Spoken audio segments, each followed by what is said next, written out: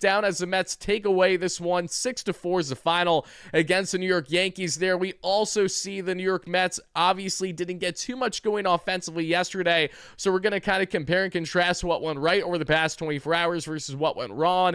Is there anything that we've liked in particular to this point throughout the first 48 hours of games in these spring training games, or is everything just kind of calm, cool, and collected? As we know, we got a lot of games to be had, a lot of guys to get defensive work in, as we're also going to highlight in today's segment, breaking down how I feel Mark Vientos looked at first base, how has Bo Bichette continued his transition to third base from his game yesterday, and we're going to get into plenty on Carson Bench and much more. So hit that like and subscribe button as you guys first chime in case you haven't already. Thank you all so much for chiming in. I really do appreciate it. This is the first time that we've been live on the platform in a number of weeks, but today was a perfect time to do so for our latest spring training recap, and thank you guys in advance for helping us get to our next short-term goal on the platform, that being at, yes, 38,000 subscribers. Once we get there, everybody, because we're just a couple hundred subs away, I'll be giving away a brand new Mets jersey of either Freddie Peralta or Bo Bichette to one lucky subscriber here, all as just further thank you for our latest milestone being hit. And shout out to our amazing sponsor at SeatGeek that has you covered for all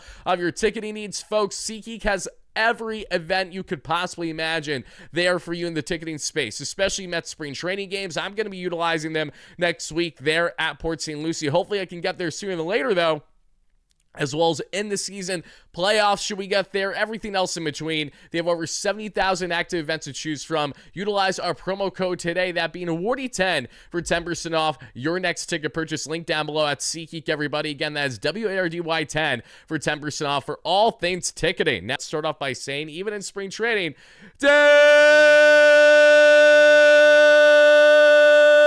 Yankees lose. And beyond that, we also have the following, everybody. It's corny, it's perfect in all the right ways. I introduced to you the 2026 WardyNYM post-game jingle.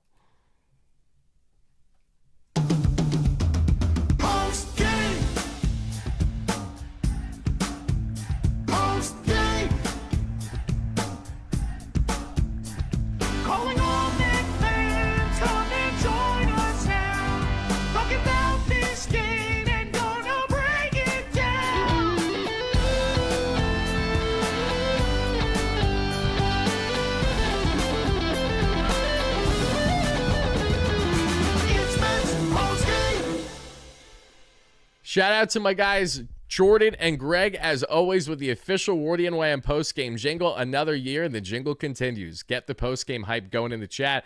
Thank you as well, Dave, again, for the donation. Everyone that's donated. Juan Cheesy, my great member and moderator, thank you for chiming in. Drew, how we doing? Wardy, do you think if Jared Young keeps hitting home runs, he'll be on the big league team? We're going to talk about Jared Young, I promise you guys. Let's go ahead and hop right into this, and let's recap this ball game today. Again, it includes the highlights that you guys see along beside me, and we'll hop into all the key numbers and all that fun stuff here in a second, everybody. But as I mentioned, the Mets did go on to win 6-4 in this matchup.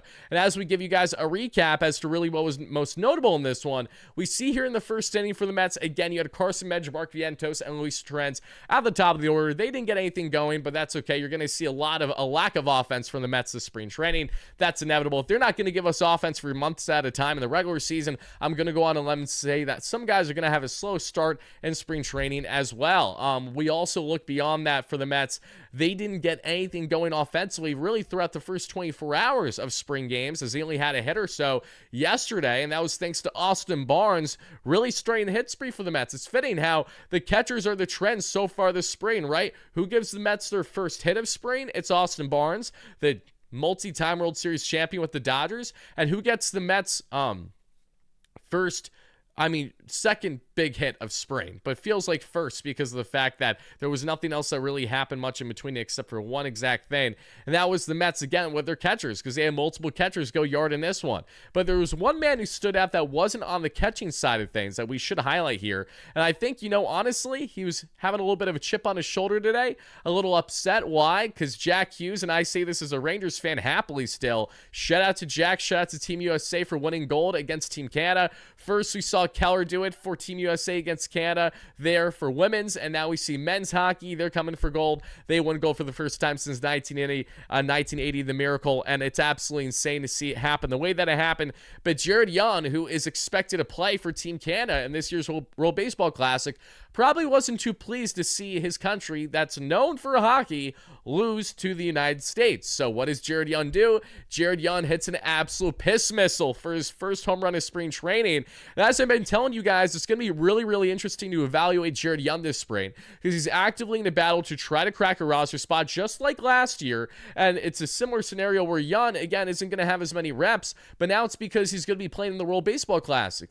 I understand that getting a chance to play for your home country is something that a lot of players may never get a chance to do again. That reason alone is why they go out of their way to make the decision to do that. But I think in Young's case, trying to stay afloat as a fringe MLB player, I don't know how much benefit it's going to do him in the end if he misses multiple weeks, which he's inevitably going to. Now there's spring training, which is going to further allow greater looks to be seen with the youth movement of a guy like Ryan Clifford, who profiles early similar to Jared Young at first base, DH, and can give you reps in left field. You know, when you think of not only a guy like Ryan Clifford, you think of the other veterans that the Mets have right now in camp, and you say to yourself, okay, if the Mets have all these pieces right now, including their youth movement amount of DH reps for the times that he's not in right field there for Carson Bench, like, these guys are going to get so many greater looks now this spring than maybe otherwise to a degree. If Young was still here, I think he's shooting himself in the foot a little bit by making the decision to play in the WBC. I understand he's prideful. He's doing what he thinks is best for him, and I understand that. Young has pop. I don't hate that. I think he could be a viable asset for you off the bench, but knowing that the Mets would potentially have one, if not two, viable lefty assets off the bench as is to begin the season, and Brett Beatty and Mike Tauchman, if say they had a starting lineup of Carson Bench in right field and Mark Vientos at DH and Polanco at first base, you're going to have an abundance of lefties on your bench as is right there in both Tauchman and Beatty. High quality lefty options. I don't really see a role where the Mets are going to rock with three, especially if there's a role where they're still going to try to keep Ronnie Mauricio somehow, somewhere on this roster. Because they could keep Ronnie on this roster, they essentially make sure that a guy like Tyrone Taylor doesn't crack the team anymore, and he's DFA'd, but you also want Tyrone Taylor for his defensive upside and base running upside. So again, the Mets have a lot of decisions that they're going to figure out, and that they're going to answer this spring training. That is inevitable, and we're going to be breaking down those decisions with you guys each step of the way throughout the course of the spring training, including whatever information I find out while I'm there at the facilities at Clover Park over the next number of days. My goal is to be at 2 to 3 games during my spring training trip this week in Florida, and I'll be giving you guys some inside access, and I'll be doing probably at minimum 20 plus minute recap videos similar to what we're doing now, just without the B-roll beside me, and it might actually be overlaid on top of me. So the video might take a little bit longer to come out because I got to get it edited and processed, but I'm going to be shooting plenty of content from Clover Park and Port St. Lucie over the next week as long as I can get out there in time. So be on the lookout for all of that. That's going to be a lot of fun, everybody. Tyler, how can I get a spring training baseball cap? Usually attending the facility helps. You can also order them. I got this one in spring training last year. I'll be rocking this one. I have a couple other spring training hats I'm going to be rocking in a rotation of hats during my time while I'm down there for the next week. But Jared Young, again, did his thing, which I'm very happy about. But beyond Jared Young, when we talk about other key guys that stepped up offensively, this is where we have more of the catching discussion. You know, with respect, of course, Vidal Brujan got himself a base knock that we saw in this one. We saw Christian Pache also allow Vidal Brujan to get to second base because there was a balk. Yesterday, there was a balk against the Mets. A day later, there was a balk in favor of the Mets. Beyond that, there wasn't too much, especially the Yankees. They got Jose Caballero, the former Tampa Bay Ray, if I'm not mistaken, smacked a home run off of Hageman in the bottom of the third, and that made it 1-1 initially in the ball game. But then the Mets got it right back a half inning later. And listen, let's not forget, when the Mets offense has had their levels of success, when we think of at times the 2024 season and at times the 2025 season, before everything went awry from June onward, what was the commonality with the Mets and their offensive approach? They had a lot of rallies back within a half to a full inning of giving up runs. And that's what we saw transpire yet again today in the Mets' first spring training victory of the year. You see that again a half inning ago. The Yankees smacked their first home run for Jose Caballero, ties the ball game a half inning later, and bam, Luis Torrens, against his former club in a very Luis Torrens fashion, smacks his first spring training home run of the year, and that gives the Mets at the time a 2-1 2-1 lead, and for the most part, they would never look back beyond that. So Luis Torrens, again, having a little bit of a chip on his own shoulder every time he plays this Yankee club. Not that I think that there's any ill will there, but I just think more so on the fact that this is someone who a couple years ago was essentially dumped to the Mets for cash considerations when the Yankees, it was $100,000. That's all it costed for Luis Torrens. And Torrens has been steadily a really solid and quality backup catcher for the Mets since that has transpired in the first half of the 2024 season. So Torrens is still a dog, but he is battling right now. Because while Torrens is looking good, he has more pressure breathing down his neck than he ever has had before of other catching options that could be viable for the Mets this year. Either to begin the season or at points throughout this season, Torrens doesn't have, I think, a slam dunk of a fit role than maybe he did the past couple of years because of the fact that you have a healthy competition going on with the other players that we're about to get into. But Torrens, again, he impressed. He did his thing. He most certainly stood out offensively, giving the Mets a 2-1 lead in this ballgame. Ahmad Rosario, being the hits god that he is, of course, put a ball in play, and Rosario had himself a single against the Mets in this one. Beyond that, we also saw Christian Pache had a couple hits in this ballgame, which was good for the center fielder. Always known for great defense and at times very strong base running, but we certainly saw the bat-to-ball skills today against this Yankees team. Greg Kessinger, who was getting, of course, reps in the infield for the Mets today as well, someone who may be considered in that rotation of a mix of players at shortstop throughout spring while Lindor continues to ramp up from his broken hamate bone surgery, in which he has the cast off of his hand now, which is good. So hopefully before you know it, he's going to be actively doing drills and really working on the strength and conditioning of that hand again. Regardless, Kessinger got on base well, and then Carson Bench, like I said, didn't really have much to show in this one, unfortunately, for the Mets' top outfield prospect. Did ground into a double play, and that did it there as we then eventually enter the bottom of the fifth, going to the sixth inning. We see it staying around a 2-1 ball game, and then later on in this one, a lot of players coming in and coming out, and as Mr. Hayden Sanger comes in there for catching, what does Sanger do? He does what he does best, and that is giving you a Whole Foods home run in spring training. Sanger actually stopped working at Whole Foods this past offseason, which is good for him because he was working there for a number of years while still being a minor league player. Sanger decided to play in the Dominican Winter League, or either the Dominican Winter League or the Venezuelan League, one of the two, but I know he said he had a lot of fun with it, and it was a great experience, and obviously he got paid to do it as well. But Hayden smacked a home run himself in this one, and he put it to right center. So you're seeing the catchers again. Torrens, normally known for going oppo, obviously. He's not known for pulling the baseball some way he does. You're like, ooh, 8-9. Sanger going opposite field as well, this time right center to make a 3-1 Mets lead in this ball game. This is what I mean. 3 of the 4 most notable hits for the Mets to begin spring training have all been courtesy of catchers. The only guy that we're waiting on, it's going to just be up to him, is going to be Ben Rorvit, because we know that Francisco Alvarez is going to be at minimum getting, probably half the workload as a catcher, if not probably 65, 70 to anywhere from 65 to 75+%, depending on how good Alvy looks and how healthy he can stay throughout the course of the year.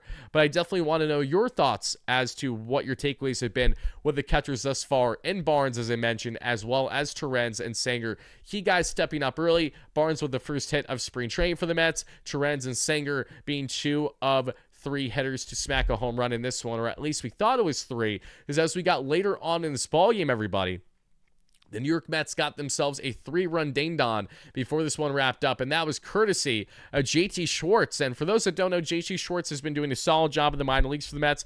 He's been in the system for a couple of years now. Some people are bullish that this could be his breakout year in certain ways that we have seen, kind of be a breakout year this past year of a Jacob Reimer, among others. And Schwartz, who I actually had the courtesy of watching the backfields at spring training. I mean, we're going all the way back to like the 2022 time of spring training. It's kind of crazy. So really, really happy to see him get the early success that he did. He had the most impressive home run for the Mets today as he smacked a 3-run ding-dong to give the Mets at the time a 6-1 lead. Pitching was a little awry for the Mets beyond that point. Unfortunately, like I said, Brian Matoyer, Potato, however you pronounce his name, he was garbanzo beans, garbage. Did not like what I saw from him. I understand, again, it's early spring training. It really means little to nothing. Regardless, he didn't do much there. Ji-Hwan Bae, who I don't really care for things outside of baseball. If you know, you know. He did smack a double for the Mets to kickstart the ninth inning. But that's all she wrote for them, and then they went on again to win this one 6-4. So that's really your key takeaways that you guys need to know from the standpoint of offensively. The Mets did not do all that well with runners in scoring position in this matchup. They were very on par with, unfortunately, how the Mets have been throughout the course of the 2025 season. They were 1 for 9, and they left 7 on base, but again, mind you, a lot of guys coming in and coming out of the lineup in this one. And you're going to see also a handful of guys that maybe you don't see get as much looks typically throughout a spring training game. They are now going to get that opportunity and that luxury thanks to guys like Vientos, like Jared Young, among many others, going out of their way to attend for their respective countries in the World Baseball Classic. So there is definitely going to be times that you see the youngsters maybe out there a little bit more than you initially thought. And hopefully, again, that they can take this in stride and really have a great time and take advantage of the opportunity bestowed upon them. You know, a guy who I'm most excited to watch this spring from a prospect standpoint outside of Carson Bench on the position player end is this guy who already made some really good looking plays, including throwing out a runner at third base and bringing the Mets first and only run in the game yesterday, that being Mr. AJ Ewing. AJ Ewing was a high flyer all of 2025 in the minors, was on 3 different teams, if I'm not mistaken. I remember a lot of teams were scouting him, including the Chicago White Sox leading to the trade deadline regarding Luis Robert trade talks. And thank God the Mets did not trade AJ Ewing in that deal, because AJ had 70+ stolen bases this past year, got better pretty much at every minor league level he went on, helped the Rumble Ponies in Double-A win it all towards the end. Just a very special talent. And he, like Jet Williams, is a really good, versatile speed demon of a short-statured second base center field profile, and knowing that the Mets had multiple players like that is what made it an easier pill to swallow to trade a guy like Jet Williams. And that's why I said, as much as I love Jet and wish him well in Milwaukee, I don't think that we're going to be losing too much sleep over losing him in the end. So I really do think that the Mets already have players in the organization that are going to fill that void well, if not, at best case scenario, better. But time will tell, obviously. As we go on now, let's break down more of the pitching. What looked good, what was hot, and what was not for the Mets pitchers in this, I would say, you know, again, not a sexy victory, but a victory that was nice and clean. Christopher Arroyo making a nice play there at third base. But here's what you have for the pitching, everybody. And this one, Justin Hageman, as I mentioned, had 2.1 innings, and they weren't sexy. Hageman had the sinker working, the cutter. You also had the slider, the changeup, and the curveball. The sinker was sitting right around 91. The cutter was an 85. Slider right around 82. Changeup right around 85, and the curveball right around 78. Beyond that, you had Saul Garcia, who was in here as well, who again had the sinker, slider, changeup mix. Nothing crazy there. You had Mike Baumann, who is one of many pitchers that are fairly notable to watch this spring, as Baumann is on the outside looking in, trying to compete for a bullpen spot. Baumann, we saw with the fastball sit right around 96, throwing half the time his four seam. The knuckle curve he had in the back pocket around 86, and the slider right around 80, 89, and 90. All velocities on those pitches were down from his yearly average last year, but bear in mind, it's still February. Guys are still ramping up. They're not going to be throwing fully as hard as you want them to, and there's usually good reason. You don't want to hurt yourself too early unless you're really ramping up for, say, the WBC. Matt Turner was in there for the Mets, changeup, slider, sinker mix that you saw. Douglas Orlana, who I think is one of the most notable pitchers to watch this year entirely at the minor league level. Orlana did struggle to transition to AAA when he was sent from AA to Syracuse. However, a really, really under-the-radar pitcher that I know, my buddy and pitching guru, who is actively doing a tremendous job working in the analytics department for Coastal Carolina pitcher right now. Shout out to my guy Isaac. He knows who he is, Mr. Isaac Groffman. Isaac was very bullish on Douglas Orlana entering the 2025 season, and for good reason. And Douglas, in this outing today, went 1 scoreless inning and had himself a walk, but that's okay. He had his slider that was right around 85, and the four seam that was around 94. We also have Mr. Brett Banks, who threw in here, had the four-seam, the cutter, and the slider mix. The four-seam was right around 96. And then you had Brian Matoyer. I don't care. I don't want to talk about that horrendous outing. Joey Gerber was in this mix with his four-seam, slider, and sweeper 1-2-3 punch. Velocity, nothing crazy there, even though the slider was notable. While he didn't throw a crazy amount at the major league level last year, or at least wherever he was sitting right around 85 with it, whereas today he was sitting right around 89 with it. So a lot more velocity with that slider. I wonder if he made an adjustment. I'm sure he did there. And that sweeper was right around 80. Carlos Guzman, another pitcher that's definitely a guy you want to keep an eye out for in the Mets minor leagues this year. Four-seam fastball was sitting right around 94, the curveball 85, and the cutter they threw the most in this one right around 87. So yeah, that's the key takeaway, everybody, from the pitching to the Mets offense. How did the Mets fare offensively, comparing and contrasting against the Yankees in this one? The Mets had 11 hits, the Yankees 9, and they had expected batting average of 277, the Yankees of 201.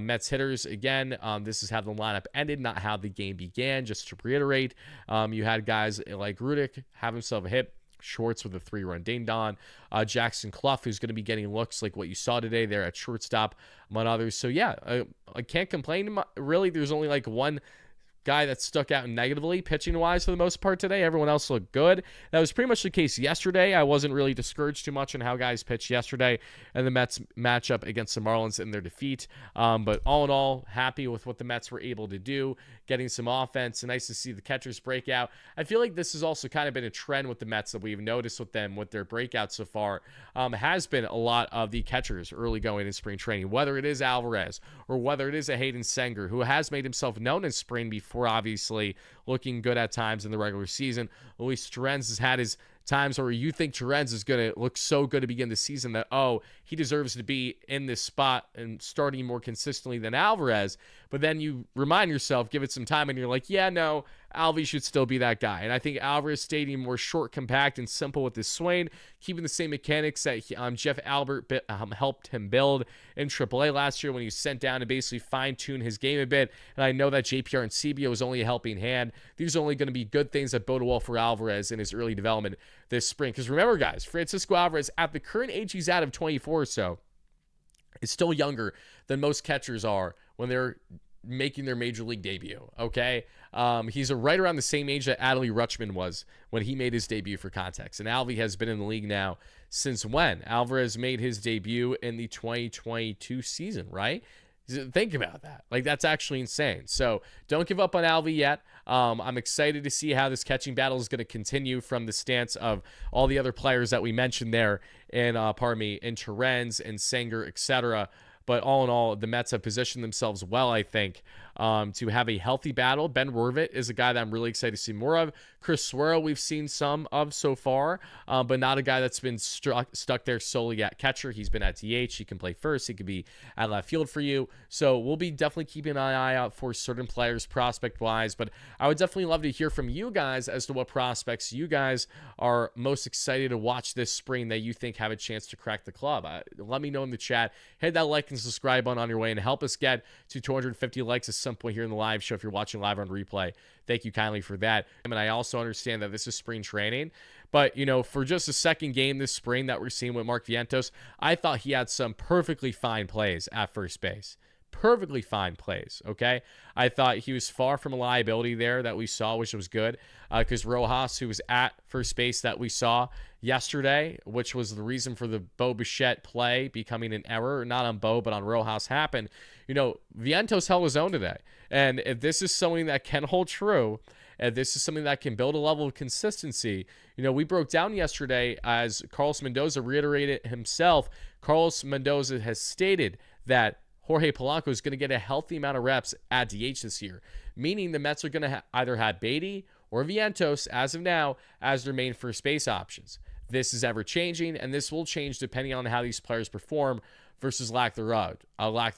But I will tell you, though, that Vientos, someone who has been, unfortunately, to this point, a defensive liability, far from a certainty, if he can continue to work on his defensive game, and hopefully Kai Correa has been very good in his ear to this point that we've seen as a newly appointed Mets infield coach, and that continues to bode well the way that it's looking right now, the Mets may really have something cooking. And that'll be huge, because if Vientos can show more of the consistency with the bat while being given more daily opportunity, whether it's at first base or DH, for at minimum the first half of the season, you know, then it's up to Mark. If he can't run with that, that's on him, because he's less dependent upon than ever defensively. He's going to know his role greater. If the Mets basically flip-flop him from DH to first base daily, maybe he has a day or two off at most, because you want to make sure Tauchman gets reps in. If Ben's just starting right and you want Tauchman at DH, and maybe you have Polanco at first, okay. But the point is, though, is that as long as you're not putting Vientos in a position where he's going to consistently fail, which is by not giving him consistency as to what his role is going to be, then, you know, I do think that there's a level of excitement that comes with a player profile like him still.